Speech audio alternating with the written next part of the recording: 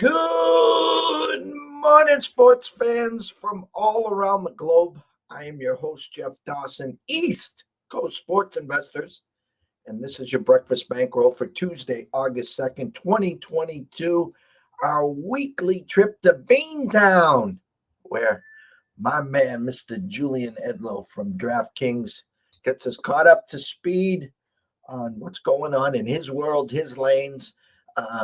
Been giving us some great information in the NFL, college football. As we get closer to August 27th, the official kickoff to football, we had some breaking news. I don't know, about 36 hours ago, which I can't wait to pick his brain. And of course, him being with DraftKings, whose headquarters is in Boston. This is a big deal. Big deal. Every day when I watch the locals at 2:00 on 98.5, right there, the big banner, DraftKings. They're everywhere here in Boston as they are everywhere in the country and the world. So what better way to start the day than bringing Julien on and seeing what's going on. So without further ado, let's bring him in, the one and only Mr. Julien Edlow.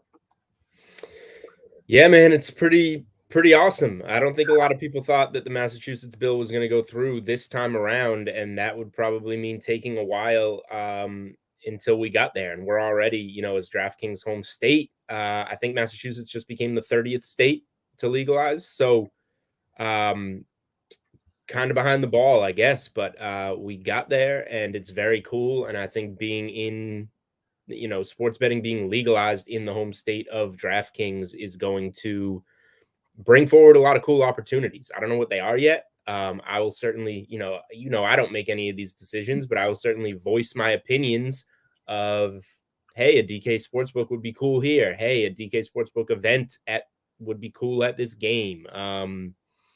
Hey, a DK Sportsbook watch party would be cool for this set of college football games, whatever. I'm vocal with my opinions, and we'll see what happens.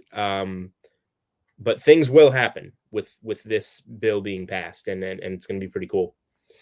It's funny, Julien. It is in 2014 when I went to my first investor and I told him my thought process about East Coast sports investors and where I thought legalized sports wagering would go. He looked at me like I had 25 heads. On January 1st, 2015, East Coast Sports went public on social media. So for the first year and a half, sports investing, I was crushed. Every day, trolls everywhere. Who the hell do you think you are? Sports investing, you're gambling. And then about 18 months, it simmered down. 2018, PASPA is passed. We could start to see this thing starting to gain steam. You and I both know we live in Massachusetts, and these guys are, paved roads, Paul Revere. I always say kiddingly the North End had something to do with this. We can't pass this yet. The boys are still kicking at the North End. The weed bill gets passed, and then, there's talk of passing the bill, but no college sports, not just no mass college sports. No college sports is like you asking for a beer and liquor license, and and we offer you, well, you can sell beer, but you can't do wine and liquor. They got it right, Julien. They got it right. The Raynham Dog Track survives. Suffolk survives. 7 mobile apps. The 3 casinos. 1 to be built. I mean, it is a joyous day for all of us. Yeah, it worked out. And, I was a little surprised at that hang up of how they were like, we just got to find a compromise of that hard line of college sports versus no college sports. And then the compromise is, just eliminating Massachusetts teams. That's a pretty fair compromise for those of us that want bettors. I mean, sorry, we can't bet on a couple BC basketball and football games. Your UMass is out. BU, it eliminates such a small portion of things. There's going to be once or twice a year where I'm like, oh, that's right. I can't bet the BC Duke basketball game or whatever, where it comes into play. And you can still just do it in another state if you need to. So it was such a small compromise. It just kind of surprised me that that was such a big hang up, and then here we are, and they did it the right way, and that's what all the states are. Rhode Island, New Jersey, um, that's what a lot of the states are. You can't bet on the Illinois. You can't bet on the local teams in college, and that's fine. We'll take it because it provides so much more of what we need. Every time I come on here or I'm on other shows and they ask why they should bet on DraftKings Sportsbook, I say the menu. We're the Cheesecake Factory of sports betting. You can bet on anything you want. I just put out today, we posted 26 head-to-head NFL college wins. Like, you want to bet the Tennessee Titans versus the Tennessee Vols, who wins more games in football this year? You can bet that now on DK Sportsbook. So getting all of those markets up, and missing out betting on a couple BC games, I think we're all going to be fine with that. Talking about DraftKings, and you've come on weekly, and some of the stuff that you're pulling up. We talk about the parlays that you did last week. Does that help? Who does that actually, I guess, benefit? In other words, is that the next door neighbor, the Mr. or Mrs. Smith, that is just a guy that's going to bet, $25 a weekend, just wants a little skin in the game, excited that he now in Massachusetts can wager? Or do you think those type of bets are more for the sharper guys like yourself and others in our lanes? I think it can be for anybody. When I give out a play, and people have their opinions about people that do content for a sports book, I have my own reputation to look out for. If I was losing all my bets, people wouldn't follow me, people wouldn't engage on social media, none of that traction would be there. When I give out a play, my intention is to win, and I want you to make money on DraftKings Sportsbook.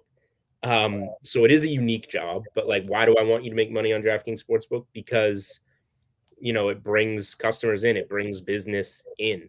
The more people that are betting on DK Sportsbook, the better. So when I give out a play, whether you're somebody that's going to bet $25 on it or $1,000 on it, I want it to win because it's engagement for DraftKings Sportsbook. And the bottom line is those more casual bettors that bet $25, if you hold off and play responsibly and wait for another good play to come along, you can do well. But the reality is, if you're a casual enough bettor to be betting $25 a game, you're probably casual enough to be on a Friday night, want to take a $25 same game parlay for plus 1,000 that isn't going to come through as many times as it does. So I think there is that entertainment factor of it, which is a talking point that I think we could all use more of. And then there's that aspect of it to make money, and people do it different ways. But I don't think it has to be black or white either. I obviously, I count my units throughout a season and give out plays, and I think that's important. So obviously I'm trying to make money, build a bankroll while betting sports. That said, I don't think there's anything wrong if I'm going to a Celtics game on a Friday night and I don't have a particular opinion on it, but I want to put $100 on the Celtics because that's how I want to entertain myself on a Friday night. I would have spent it taking my wife out to dinner, or I would have spent it whatever. If that's how I want to spend it, there can be an entertainment value in it too. And I think it's important to point that out. You don't always have to bet if you don't want to have an edge or whatever. And I know that sounds dumb. I don't want it to come off as just, fire away from the hip on everything. I just think you have to show the two sides of it, the professional side of it and the entertainment side of it. And you don't want to be betting purely for entertainment, I don't think. But if you're able to, and you want to do it for entertainment, even somebody like myself, I don't see what's wrong with that. I'm a tickets guy. I was actually our good friend, the mayor of Vegas, Dave Sharp, called me early this morning, and we were talking about Massachusetts. I was getting, ready and prepped for our weekly show. And I said to him, I'm an old school guy. I grew up I went to Bridgewater State. All my relatives are in West Bridgewater. I grew up at the Raynham Dog Track. Okay, so for me, going to the window, like, listen, when I saw you in March and I saw you in September, the fact is that going to the window and placing the wager and having the ticket in hand versus an app. I know the app is convenient. I get all that. Listen, a Sunday you don't have time to run up to Encore. You don't have time to run up to Suffolk, but you got a group of guys coming over. You can just put everything on your app, and I guess my question to you is, they're saying football season. Now, what's football season mean? I say January 1st, 2023, you get the NCAA Final Four, you get the NFL playoffs, obviously you get the Super Bowl. Everyone's happy there. Any inkling when this actually could be not just official, but up and running? No, and I don't want to speculate, and I'll preface it by saying that nothing that I say in this guest represents the people at DraftKings Sportsbook. This is my personal belief. Football season, I don't think that sports betting will be legalized and up and running for week 1 of NFL in Massachusetts. I think that's a little bit too much. But I think January 1st, 2023 is underselling it a little bit. So I will take under, I guess, if that would be the right way to say it, January 1st of 2023, and say that legal sports betting in Massachusetts will be available in 2022 at some point. I'm going to guess, like, I don't think it's going to be, September and December are kind of the goalposts. I think it's going to be an October, November type of thing. November 1st would be a great day. That's the start of college basketball too. So that would Sure. Works for me. That would be something. All right. I'm going to switch gears here. Before we dig into your meat and potatoes, listen, our Red Sox are just gasping for air.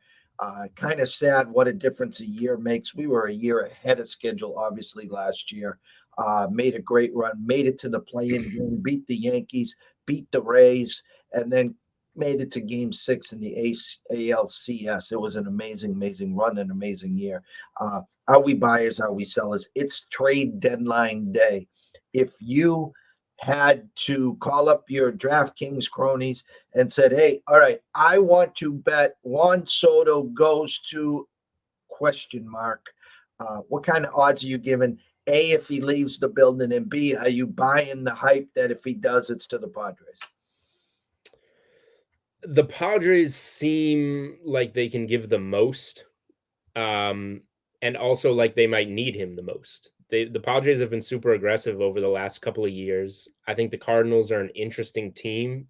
I'm not maybe as familiar with their prospects. I mean, this isn't my bread and butter right here, but I feel like the Cardinals are a little bit more conservative and wouldn't quite go as far. The Padres seem like the team that will just be like, all right, like, here's everything. We'll take him. The Dodgers obviously don't really care. They'll give a hefty sum for Soto, but they probably need him the least of all the teams involved because of how stacked they already are.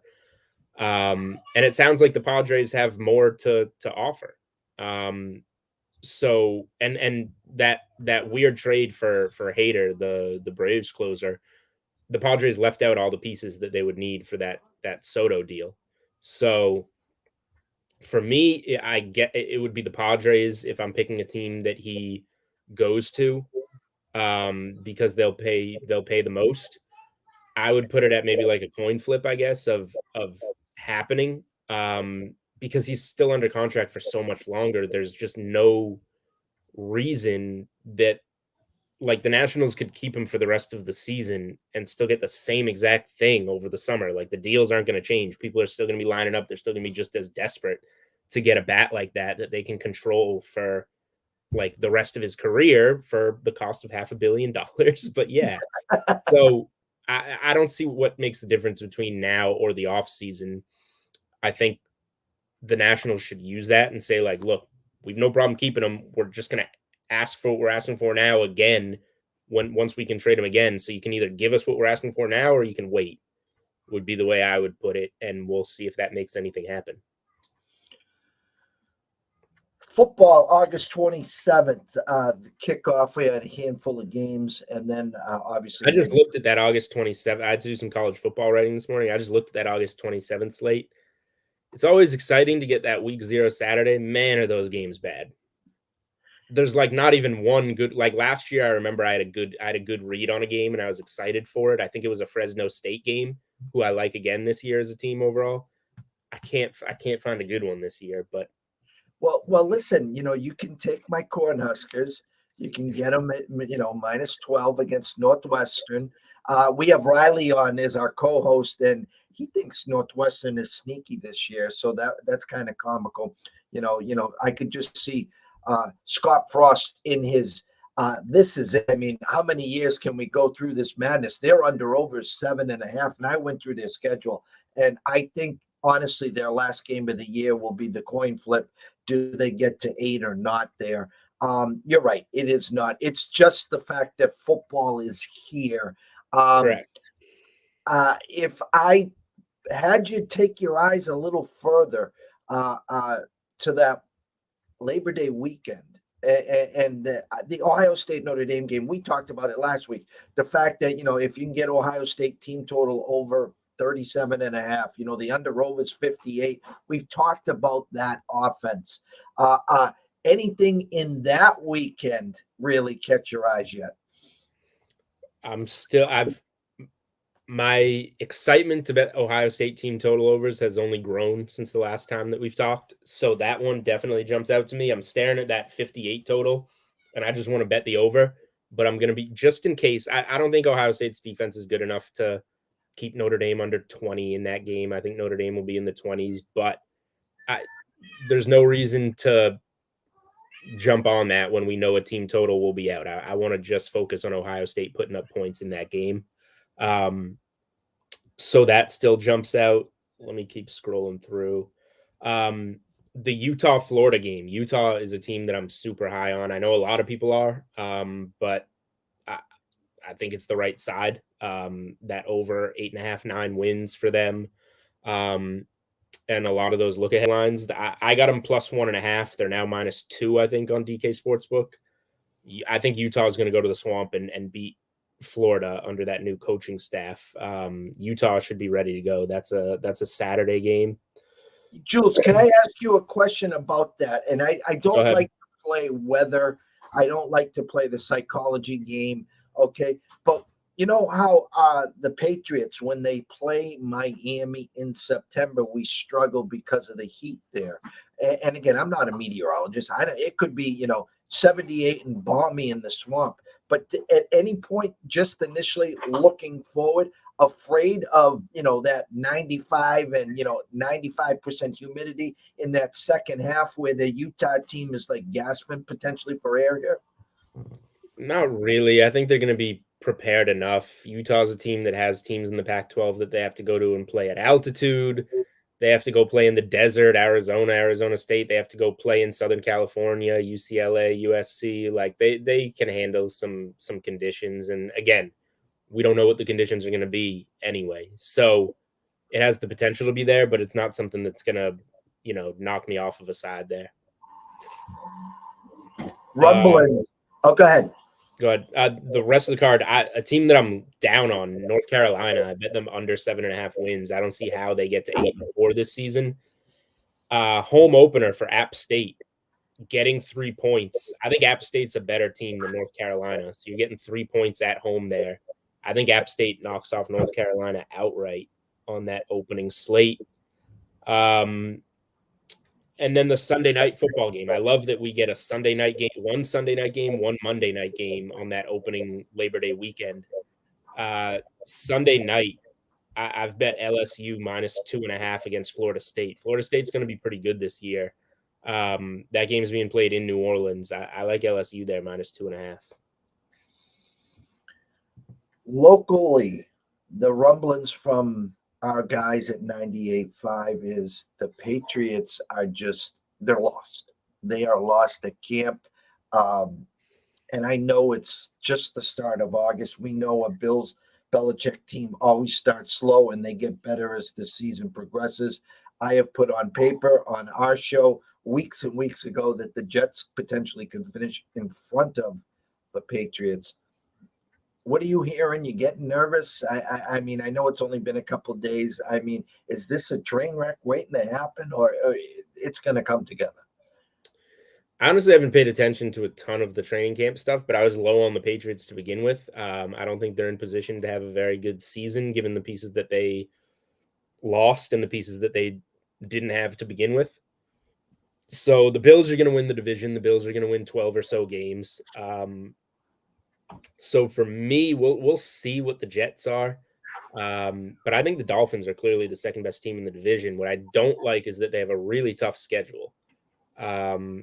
That said, rather than lay like minus 140 on them winning over 8.5 games or something like that, I would be willing to take the plus 175 on the Dolphins to finish second in the AFC East, which you can do on DK Sportsbook because we let you bet everything. Like I told you, the cheesecake menu. So yeah, plus 175 for Miami to finish second in the division is probably the way that I'm fading the Patriots, I guess, because I think the Dolphins will definitely be better than the Jets. But yeah, you're talking about that weather down in Miami early. Guess where the Patriots play their first game? In Miami. I'm not, rather than bet on Miami over 8.5 wins, I like Miami minus 2.5 in that week 1 game. Like you mentioned, Patriots start slow, and I think they lost a lot this year. Miami's got something to prove. Tua's 3-0 against Belichick in his career. You pick up Tyreek Hill. You stabilize that offensive line. You bring back almost the whole defense. Miami should be a much better team earlier in the season than the Patriots are. And you add the fact, like you said, Tyreek Hill, and then you got Waddle on the other side. And I know I talked at length of the fact that the last 2 games against Buffalo, I compared it to the SEC versus the Big Ten. We just look so slow compared to Buffalo. Now you got 2 speed burners that can just open up the field. I don't know how the Pats are going to cover those 2. They will have a tough time. They generally do with matchups like that. And now you got 2 of them. So yeah, I mean, I've played 3 NFL week 1 games. I'm probably going to keep it at that. It's tough to say a month and a half away that I won't bet anything else. I'll probably put together a 16 teaser. But in terms of straight bets, I think I've got my 3, and Miami minus 2.5 is one of them.